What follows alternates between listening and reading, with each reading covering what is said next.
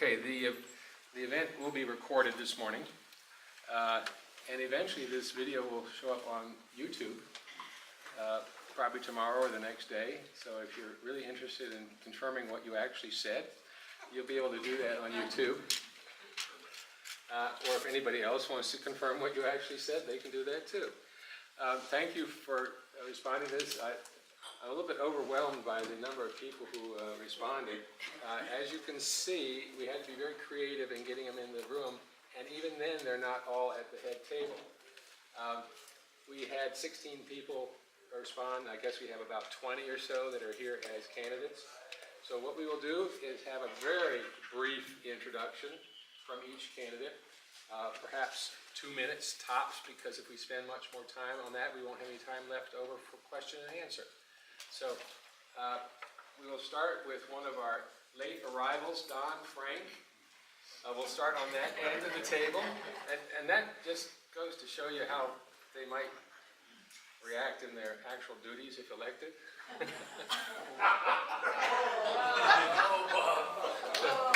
So on that note, Don, give us your best 2 minutes on who you are, what you're going to do. Thank you. Yeah, so my name is Don Frank, and I've been serving as a county councilman now for you and with you for 6 years. I have had the great luck and pleasure to be a resident here for 28 years. Met my wife here and raised 2 boys here. And like all of us, I'll assume, and I think correctly, we're all here to help each other, to inform a discussion and a dialogue that leads to outcomes that are reasonable, that are fair, that, sir. Close up. Can you hear me now? Is the mic on? The mic on. It doesn't sound like it's on green. Yeah. That's what I'm like. Little button up top. There you go. Yeah. Can I hear me? Yeah. Better. So reset the clock. Start again. Did you get your name tag up? So Don Frank, the county councilman, lived here for 28 years, like everyone else who's here today. We're here to serve. I'm here to serve. I'm interested in a wholesome, healthy community. I'm interested in living within our means, addressing needs before wants. I'm interested in making this community work economically, but I'm also interested in preserving a healthy environment. I like to say that we are occupants in and stewards of an irreplaceable ecosystem. We are also friends and neighbors, and friends and neighbors understand each other. They work collaboratively to solve problems in a way that helps the many and harms the few. My public service is informed by 3 lifelong beliefs. First is always help your neighbor. It's a Wyoming value. It's an American value. I'm an optimist and I'm a pragmatist. So I believe that we should face our challenges and our opportunities with clarity, calm, confidence. We have to be realistic. There are things we can do. There are things we have to prioritize. That's the job of a public servant, to help prioritize those things. And probably most importantly, as we look at the long-term health of our community, decisions we make today will affect future generations. And so we have to be responsible and look ahead. I'm running for town council. Appreciate your vote. And on my website, always Frank JH, you can find my positions and you can find my phone number. So if there's something you'd like to educate me on or inquire about, please reach out to me directly. I'd be happy to take the call. Test. Here's word done. Good morning, everyone. Andrew Byron, running for County Commissioner. 33 years in the Valley. The doctor that delivered me is even in this room. I won't point him out. We won't go there. You're out of warning. That was a long time ago. Community solutions, common sense. It's an ad in the paper I have right now. Community. I've lived all over the Valley. Currently reside down south in Hoback. Volunteer fireman, volunteer ski coach, the pet therapy team, member. List goes on, Snicker Fund board member. I want to serve the community. I think that the next step in that is having the opportunity to be your county commissioner. Common sense. Being at a meeting yesterday that lasted close to 4 hours, that was very important in the decision that's going to get made. We need to be efficient with what we do in government. We need to be effective, and we need to be fiscally responsible. I think that is really the basis of everything we can do as a county commission. Solutions. There are a lot of solutions. If you've come to any of the other forums, you'll listen to the candidates agree on 95% of the things. And we have some great candidates this year. All of them are great. And I think that the solutions that we need to find need to be practical, they need to be fiscally responsible, and they need to do the greatest good for the greatest number of people in the valley. My website also has all my information. My ads in the paper have all my information. We're in a whirlwind right now. There's a lot of forums. There's a lot of familiar faces that have been at a lot of the other forums. We're always happy to answer questions. I'm looking forward to the questions today, and I thank you for the opportunity. Let's take 2 steps back and pick up Barb Allen, who came in late. Somebody got her share. Good morning. Just brief introductions, please. Please. Good morning. My name is Barbara Allen. I'm running for the House District 16 seat. I'm just going to touch briefly on some of the items that are material to me and caused me to throw my hat in the ring. Much of which I'm realizing, or many of which I'm realizing, are completely interrelated as we discuss things like budget and the health of our state and the future of our state. The first one would be rural health care. We know that we pay some of the highest premiums in the country. We know that that is a burden not only to the individual, but to the business, to the creation of business, to government. I was told by one of our school board members that our school budgets have increased by 10% because of the cost of health care over the last year. That's significant and material. And we need to be working together in whatever capacity we can to come up with solutions for a state whose population is so small that it really impedes our ability to negotiate. Education, again, if we want to grow our economy, we need to work towards having a great educational system to attract people here, to keep our children here and their children. Public lands, I think many of you know I've spent a long time working on cold water fisheries issues and trying to teach the next generation of conservationists and children and bring more women into the sport so that there's more voices who are interested in supporting our public lands and in working towards conservation. There was a great article the other day on prison reform and the fact that we're spending $30 million a year on sending people back to prison for things like missing a meeting, failing a drug test. In my opinion, we could spend our money much more wisely, and we could save money if we were investing it into other capacities such as counseling. There's a great TEDx talk about the opposite of addiction isn't sobriety, it's connection, and I think that there's a material way that we could realize savings. I'm getting the sign. Happy to discuss any of these in more length. My list is a little longer. I'll pass on the microphone again. Barbara Allen, House District 16.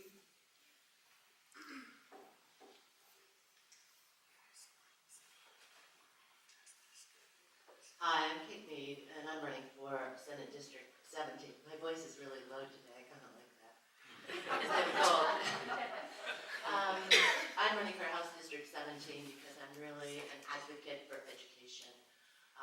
Our future as a state depends on the education of the children in our state as well.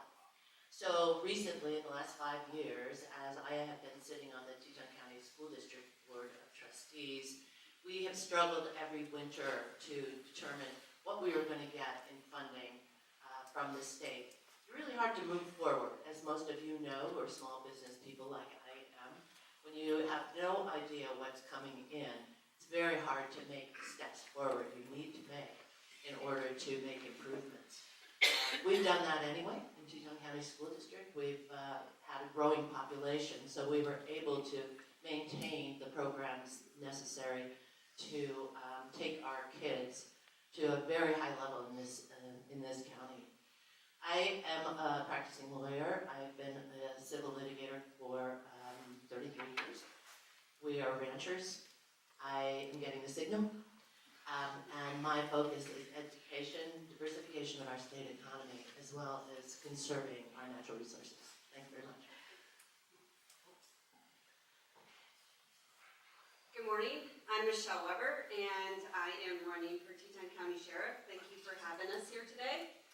I believe that we need strong leadership in the Sheriff's Office. My 22-year history in the United States Army Reserve, a career in which I started retired as a major, prepares me to be that leader.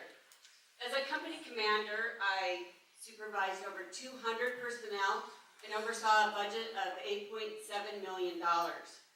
I'm currently the Support Operations Sergeant and am third in the chain of command at the Jackson Police Department. Of my 36 years in public safety, 28 of those have been spent in supervisory and leadership roles. We need accountability in the Sheriff's Office. I am dedicated to the law enforcement profession, and I am passionate about my community.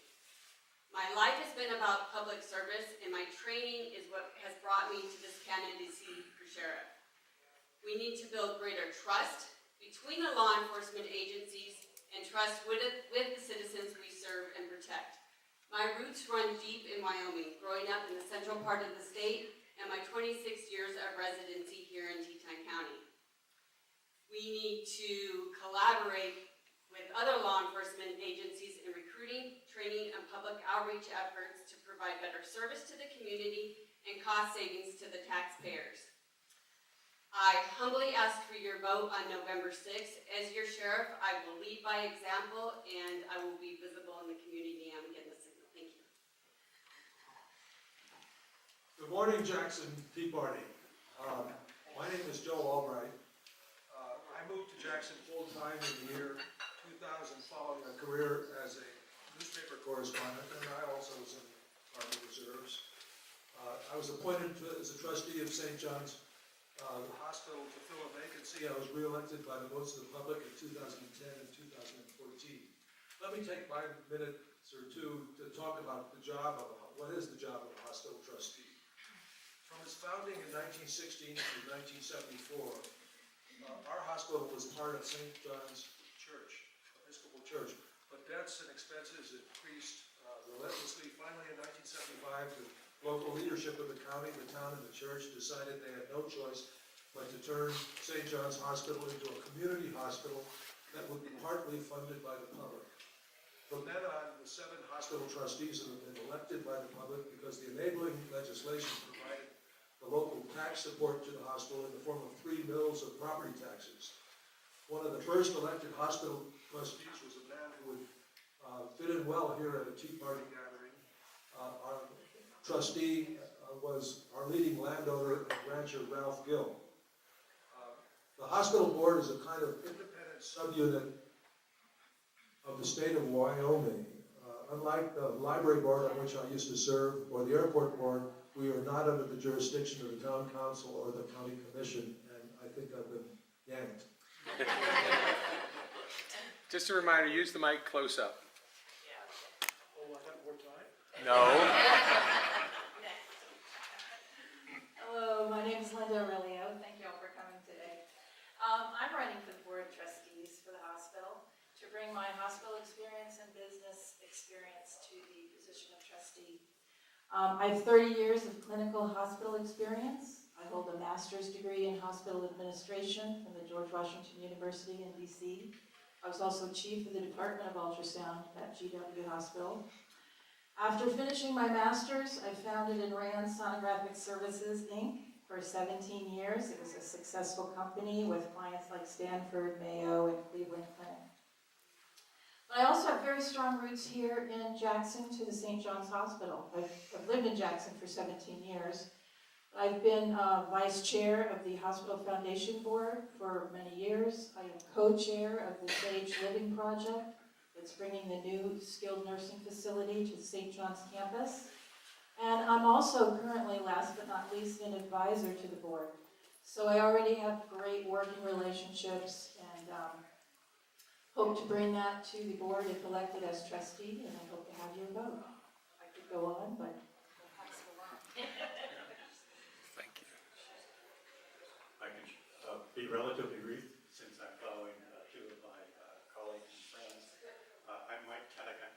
I am currently a trustee of St. John's. Like Joe, I was